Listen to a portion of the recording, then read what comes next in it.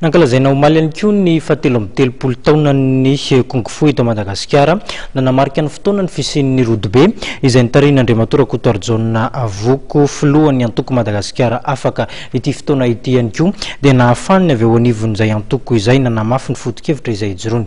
Lova Ramanatsoa mamintana avao misara mamrasoana ifa.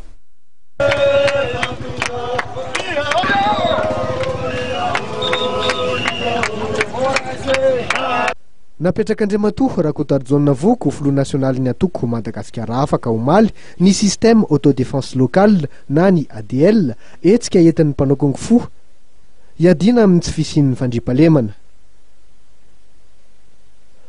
Voromaro tokoa ny mpanao kung fu omaly nandritra ny etsika ho fankalazana ny fahatelo amby telopolo taona nisiny teto Madagasikara. Nanamarika ny fotoana ny diabe ny ainga avy any 67 hectara niodina ny ranonanosy ary ny afara teny Ampefiloha. Ny ankapobeny aloha tena marina tena hoe fametrahana ny fahazakina eo anivon'ny samy mpanao kung fu eto Antananarivo satria ny mpikatoka eto Antananarivo no matetika solitena eto amin'ity toerana ity.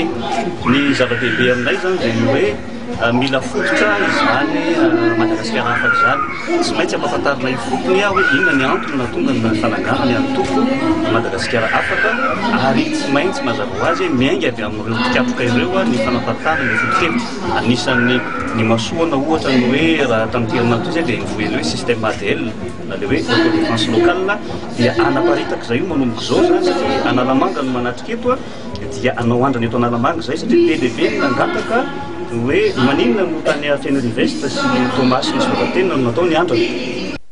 Nilaza Andriamatora Rakotoarjona Voko nandritra ny fotoana fa tsy nanafangarontsony ny kung fu sy ny politika. Mety misy foana mieritreritra hoe ny maître Voko dia mampifangaro ny fanatanjahantena sy ny politika. Natao ny fifidianana ny fédération membre la fédération malagasy ny kung fu atao amin'ny palais des sports omaly ny asa botsy teo zany.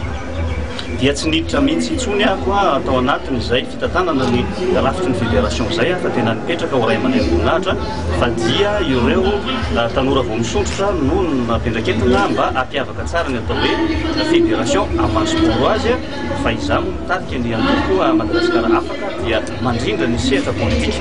Mazava tsara zany fa tsy misy fifangaroana andraikitra eo amin'ny fanatanjahantena sy ny tontolo politika ara-ny sehatry ny kung fu. Fotoana nahafahan'ny antoko Madagasikara afaka nametraka ny fototra sy namoy ny foto-kevitra ijoroany ihany koa ity etsika ny tanterahana maly ity.